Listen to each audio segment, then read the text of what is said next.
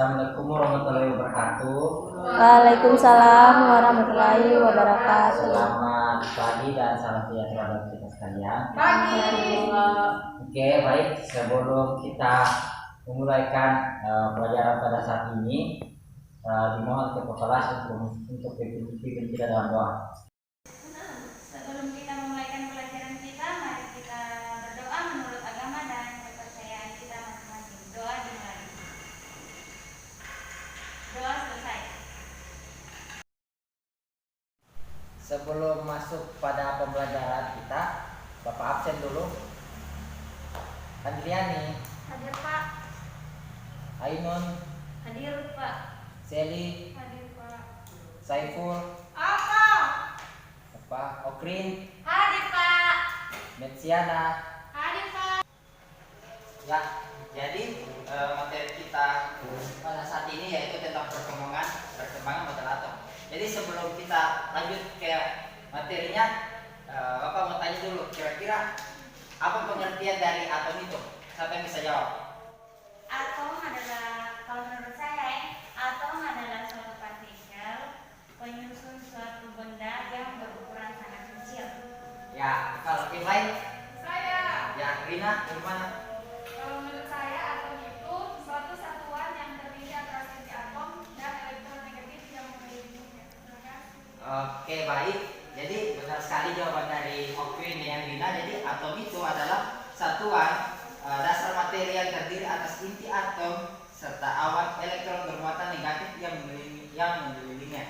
Jadi dari atom-atom tersebut ternyata ada beberapa macam model atom. Jadi kira-kira model-model atom apa semua yang ada? Ada yang bisa jawab? Nah, model atom Dalton. Siapa lagi? Model atom Thomson. Stanford. Ya, oke. Karena semuanya sudah tahu tentang model-model atom apa semua, kita lanjut ke materinya. Jadi untuk model atom yang pertama itu adalah model atom Dalton. Jadi John Dalton pada tahun 1776 sampai 1844 adalah ilmuwan pertama yang mengembangkan model atom pada tahun 1803 hingga 1808. Hipotesis, jadi teori atom Dalton ini didasarkan pada tanggapan yang pertama, semua benda terbuat dari atom. Yang kedua, atom-atom tidak dapat dibagi maupun dipecah menjadi bagian lain. Yang ketiga, atom-atom tidak dapat dicipta maupun dihancurkan. Yang keempat adalah atom-atom dari unsur tertentu adalah identik satu terhadap lainnya dalam ukuran, massa, sifat-sifat yang lain. Namun mereka berbeda dari atom-atom dari unsur-unsur yang lain. Yang terakhir yaitu perubahan kimia merupakan penyatuan atau pemisahan atom-atom yang tak dapat dibagi sehingga atom tidak dapat dicipta ataupun dimusnahkan. Jadi hipotesis Dalton ini digambarkan dengan model atom sebagai bola kejar seperti tolak peluru. Nah, jadi ini adalah salah satu gambarnya. Baru lanjut yang kedua itu ada model atom Thomson. Nah, jadi model atom Thomson dia menggambarkan seperti roti kismis gitu. Seperti bola roti dengan taburan kismis. Jadi bola itu bersifat padat dan bermuatan positif. Di permukaannya tersebar elektron yang bermuatan negatif. Thomson membuktikan adanya partikel lain yang bermuatan negatif dalam atom. Jadi lanjut untuk model atom yang ketiga yaitu model atom Rutherford. Nah, jadi untuk model atom Rutherford ini seperti model atom seperti tata surya gitu, karena atom adalah bola berongga yang tersusun dari inti atom dan elektron yang mengelilinginya. Jadi untuk model atom ini dia persis seperti bagaimana planet mengelilingi matahari. Berdasarkan teori fisika, gerakan elektron mengitari inti ini disertai pemancaran energi Ini menyebabkan lama kelamaan energi elektron akan berkurang dan lintasannya makin lama akan mendekati inti dan jatuh ke dalam inti.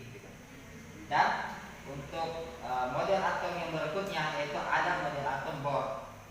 Nah, jadi Niels Bohr, ahli fisika dari Denmark, adalah ilmuwan pertama yang mengembangkan teori struktur atom pada tahun 1913. Model atom Bohr menunjukkan bahwa atom terdiri dari beberapa kulit. Kulit ini adalah tempat berpindahnya elektron. Nah, jadi untuk model atom Bohr itu sendiri memiliki sifat yang pertama, yaitu atom terdiri dari inti yang bermuatan positif yang dikelilingi oleh elektron yang bermuatan negatif di dalam suatu lintasan. Yang kedua, elektron bisa berpindah dari satu lintasan ke lintasan yang lain dengan menyerap atau memancarkan energi, sehingga energi elektron atom tidak dapat akan berkurang. Yang ketiga, jika berpindah ke lintasan yang lebih tinggi, elektron akan menyerap energi. Jika berpindah ke lintasan yang lebih rendah, elektron akan memancarkan energi. Yang keempat, kedudukan elektron pada tingkat-tingkat energi tertentu yang disebut bulik elektron. Oke, sekarang lanjut lagi untuk model atom modern, model atom yang kelima. Jadi setelah abad ke-20, pemahaman mengenai atom semakin terang benderang. Nah, model atom modern yang kita yakini sekarang telah disempurnakan oleh Erwin Schrödinger pada tahun 1926. Jadi Schrödinger ini menjelaskan partikel tak hanya gelombang, melainkan gelombang probabilitas. Kulit-kulit elektron bukan kedudukan yang pasti dari suatu elektron, namun hanya suatu probabilitas atau kebolehjadian saja. Jadi ini sudah kelima model-model atom gitu. Jadi jika ada adik-adik yang ingin bertanya, dipersilakan. Saya Pak. Di sini kan ada 5 model atom kan. Tapi sebelum munculnya dia itu pasti satu-satu muncul model atom.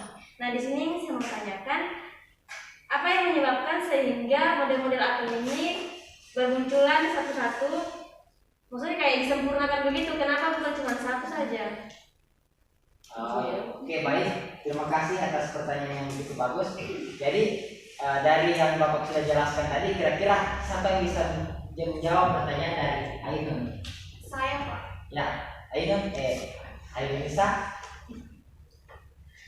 Saya tuh, kalau saya cuma bisa jelaskan satu saja Pak, yang saya ketahui itu model atom Thomson. Kan dari pendapatnya dia menjelaskan kalau atom itu bagian terkecil dan tidak dapat dibagi-bagi lagi, tapi dia tidak menjelaskan bagaimana semua itu terjadi, prosedur kerjanya, misalnya kenapa itu bisa terjadi, senyawanya larutannya itu berapa dulu ya, di atom itu ada bagian kecil dan tidak dijelaskan. Tapi makanya yang saya ketahui makanya sampai untuk model atom yang kedua, jadi dari ahli yang kedua ini dia menyempurnakan model atomnya Thomson sehingga dia menjelaskan mengenai adanya elektron.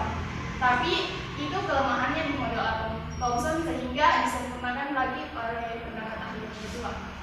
Itu yang saya tahu. Oke, baik. Ada lagi yang ingin menjawab? Siapa lagi yang bisa menjawab pertanyaan dari Ainun? Saya Pak. Ya, jadi bagaimana? Ya, jadi kalau menurut saya tadi kan Kak Indonesia menjawab tentang model atom Thomson. Kalau saya Dalton. Nah, kenapa tadi setelah Dalton muncul lagi model atom Thomson? Karena kalau yang saya pahami itu, kalau di Dalton itu dia belum menjelaskan tentang hubungan larutan senyawa itu dengan daya hantar arus listrik. Kalau menurut saya begitu Pak. Oke, terima kasih atas jawaban dari Harinisa dengan Sally. Jadi untuk Harinisa mungkin agak kurang keliru dan untuk Sally agak benar sedikit begitu. Jadi Bapak simpulkan untuk satu contoh tentang model atom Dalton. Jadi untuk kelebihannya sendiri yaitu kelebihannya mulai mengembangkan minat terhadap penelitian mengenai model awal atom gitu. Karena ini kan masih model atom yang pertama gitu. Jadi dia masih bisa banyak penelitian untuk bisa mengembangkan model-model atom yang lain seperti itu. Nah, dan kekurangannya itu tidak menerangkan hubungan antara larutan senyawa dan daya hantar arus listrik gitu. Jika atom merupakan bagian terkecil dari suatu atom. Nah, jadi Bapak sudah jelaskan salah satu dari model atom. Jadi sisanya ada 4. Kalian kerjakan di rumah. Nanti minggu depan dikumpulkan. Ya, Pak. Oke, selanjutnya lanjut ke pengerjaan soal-soal LKPD. Jadi ini Bapak berwaktu 30 menit. Silakan dikerjakan. Foto kelas silakan dibagikan.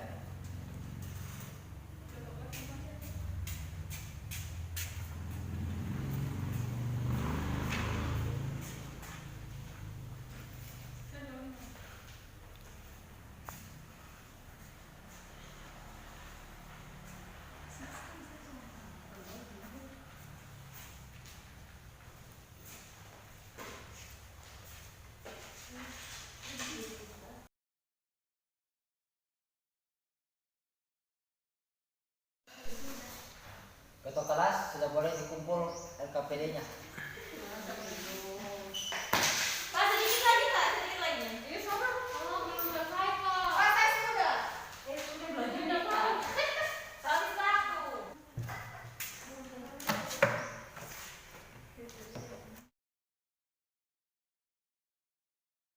Oke, cara pembelajaran kita telah selesai. Jadi kiranya adik-adik semua bisa lebih bersemangat lagi untuk belajar minggu berikutnya, dan untuk pertemuan berikutnya itu masih tetap pada materi yang sama, cuma lebih ke praktek gitu. Jadi mungkin adik-adik semua bisa siapkan nanti alat-alat yang akan siapkan, nanti Bapak akan kirim alat-alatnya. Jadi terima kasih. Assalamualaikum warahmatullahi wabarakatuh dan selamat sore.